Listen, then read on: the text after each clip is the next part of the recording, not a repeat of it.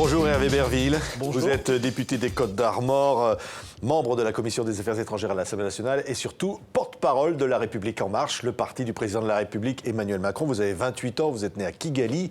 Eh bien, le baptême du feu, c'est aujourd'hui pour le Premier ministre. L'annonce finalement que cet aéroport de Notre-Dame-des-Landes ne se fera pas. C'est une prise de risque de dire cela? C'est quelque chose de courageux. Quand on regarde la situation, qu'est-ce que c'était que cet aéroport Notre-Dame-des-Landes? D'où on vient? Il y a eu plus de 20, 30 ans de tergiversation, on n'a pas pris de décision.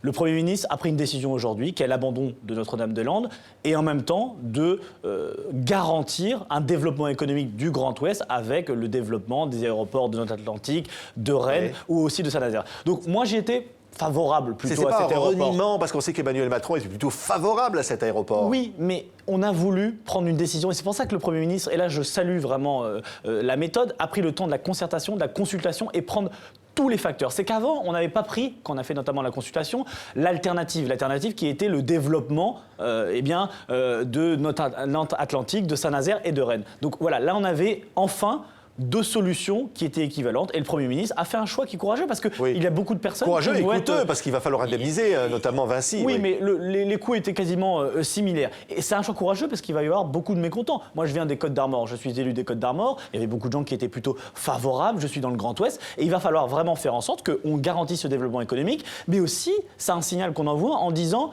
vous voyez, parfois on était critiqué sur la partie écologie et environnement. Eh bien, on prend nos responsabilités et c'est une décision courageuse. Ce Premier ministre, ce gouvernement a pris ses responsabilités et enfin on a une décision. Et enfin on peut avancer, on peut faire le développement et surtout on évacue la ZAD d'ici le 31 mars. Et si elle n'est pas totalement évacuée, ce sera par la force. Exactement, exactement. On a posé les principes dès le début. Donc ça ne change rien à nos objectifs. Nos objectifs, c'est le développement économique du Grand Ouest. Deuxièmement, protection de l'environnement et donc du coup cet aéroport dans le bacage n'était pas forcément le bon signal et surtout restauration de l'autorité de l'État. Alors hier, Emmanuel Macron était à Calais et là c'est la politique du en même temps, c'est-à-dire en même temps une politique humaine vis-à-vis des réfugiés, vis-à-vis des demandeurs d'asile et puis en même temps une république ferme, une politique ferme avec expulsion accélérée de ceux qui n'ont pas vocation à rester en France. Oui, tout d'abord je voulais dire que moi et beaucoup de nos collègues à La République En Marche, députés, sont très sensibles parce qu'on parle d'êtres humains, d'hommes et de femmes qui traversent des déserts, qui traversent des frontières.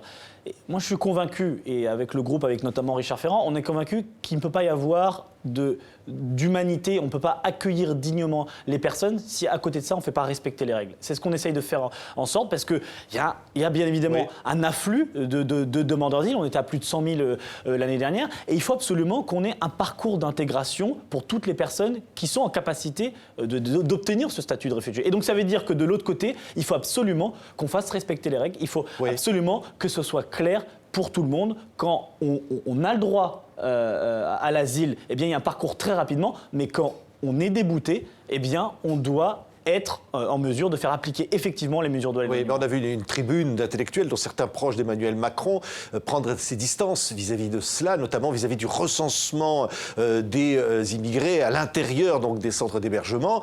Là, il faut être précis sur ça. C'est pas on a parlé de tri, on a parlé que les policiers pouvaient venir, on a parlé que ce serait une manière de les expulser. On le redit, cette circulaire, ça ne remet pas en cause l'inconditionnalité de l'accueil. Mais l'inconditionnalité de l'accueil, ce n'est pas l'indifférenciation. Et nous, ce qu'on veut faire, c'est de faire en sorte que l'administration soit en capacité de savoir qui se trouve dans ces centres-là et du coup d'adapter la demande. Parce qu'actuellement, la situation est terrible. Il y a des gens qui dorment dans la rue, il y a des gens qui ont droit à l'asile et qui n'ont ni logement, ni statut, qui ne peuvent pas avoir d'emploi. Et il y en a d'autres qui sont déboutés et qui restent ici, qui du coup construisent une vie. Et du coup, pour éloigner ces personnes-là, ça devient beaucoup plus compliqué et humainement, c'est peu compliqué. Donc pour être plus efficace, il faut réduire aussi le temps du traitement des demandes. Mais il n'y a pas unanimité au sein du groupe La République En Marche. On voit bien notamment sur la loi Asile-Immigration présentée par Gérard Collomb, qui va être présentée par Gérard Collomb. On voit bien qu'il y a des dissensions. Non, il y a des discussions. Et les discussions ne sont pas forcément des préalables aux dissensions. Ça, il faut vraiment être précis là-dessus. Par contre, on ne va pas se mentir. il y a des discussions. Et c'est très bien. Et c'est l'honneur d'un groupe politique d'avoir des discussions, surtout sur des sujets aussi importants et qui touchent à des hommes et des femmes qui sont dans des situations de difficulté pour une grande partie. Par exemple, dénoncer les agissements policiers comme l'a fait Emmanuel Macron, l'utilisation de gaz lacrymogène contre des points d'eau. Chaque fois qu'il y aura des agissements de policiers qui sont contraires à la loi, contraires aux règles, il faudrait qu'elles soient sanctionnées et punies. Et tous ceux qui ont des preuves vis-à-vis de ça, il faut les apporter pour faire en sorte que les personnes soient sanctionnées. Mais il ne faut pas jeter l'opprobre sur les forces de l'ordre puisque l'écrasante majorité d'entre elles font leur travail correctement et essayent de gérer des situations qui sont très très très compliquées. Donc notre groupe, et ça il faut le dire, le texte ne sera présenté qu'en avril, donc on a encore devant nous 3 mois pour la discussion, pour la concertation et pour l'amélioration de ce texte. Alors Emmanuel Macron va se rendre notamment au Sénégal au début du mois de février. Il va défendre quoi? Un programme mondial d'éducation? Exactement. C'est quoi finalement? C'est de dire à l'Afrique, de dire quoi à l'Afrique finalement? Il faut vous développer d'abord? C'est de partir du constat, et moi j'ai eu l'opportunité de travailler dans le monde du développement avant, notamment à l'Agence française de développement.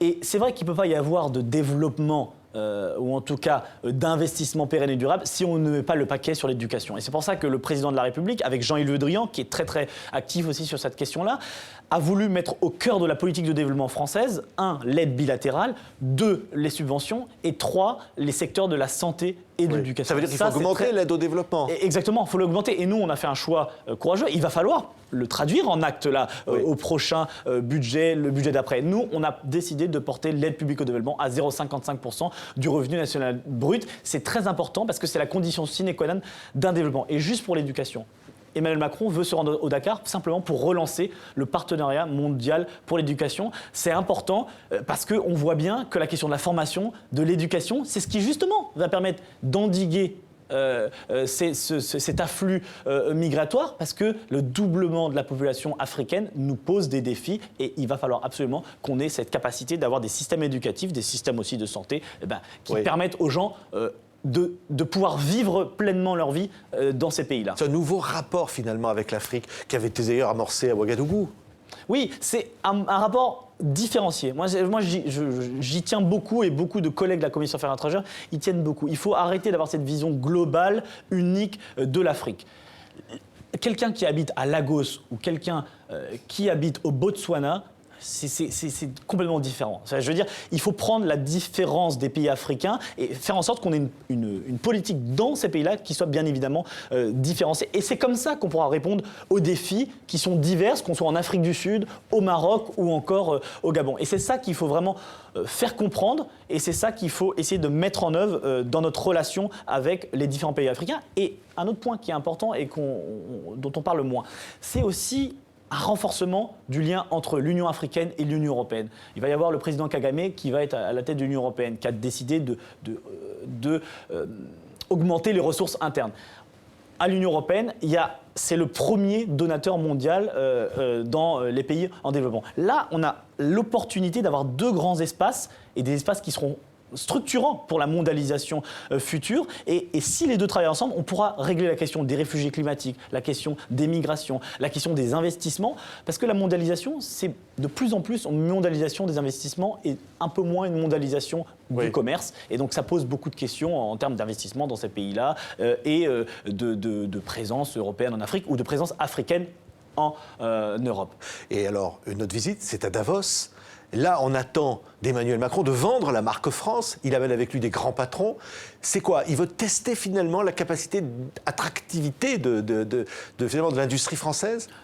Il veut concrétiser ce qui a été engagé avant. Il y a tout un tas de réformes, tout un tas de mesures, certaines décriées, d'autres appréciées plus ou moins fortement, qui disaient en creux, Francis Back, le fameux Francis Back qui est parfois répété plusieurs fois pour dire voilà, la France est de retour sur la scène internationale et surtout la France veut peser dans la régulation de la mondialisation et la France veut être attractive parce que dans le monde dans lequel on est, dans l'économie accélérée, en pleine accélération, on a besoin d'attirer les investisseurs, on a besoin de faire en sorte qu'il y ait du capital qui vienne en France pour investir dans l'innovation de rupture, pour investir dans l'industrie de demain et pour investir notamment dans la transition écologique et énergétique. Donc le président a mis en œuvre ces réformes dès la première année, en 2018, avec le gouvernement, avec le Parlement. Et maintenant, c'est d'arriver et de continuer à attirer les investisseurs, les entreprises et aussi les jeunes et les moins jeunes à venir en France. Il y avait l'appel des chercheurs, ça c'est important. On a besoin aussi beaucoup d'académiciens, d'universitaires, de chercheurs pour répondre à des défis qui sont globaux maintenant. Merci beaucoup. Merci Hervé Berville, député des Côtes-d'Armor, porte-parole de La République En Marche, d'avoir été notre invité aujourd'hui. Merci.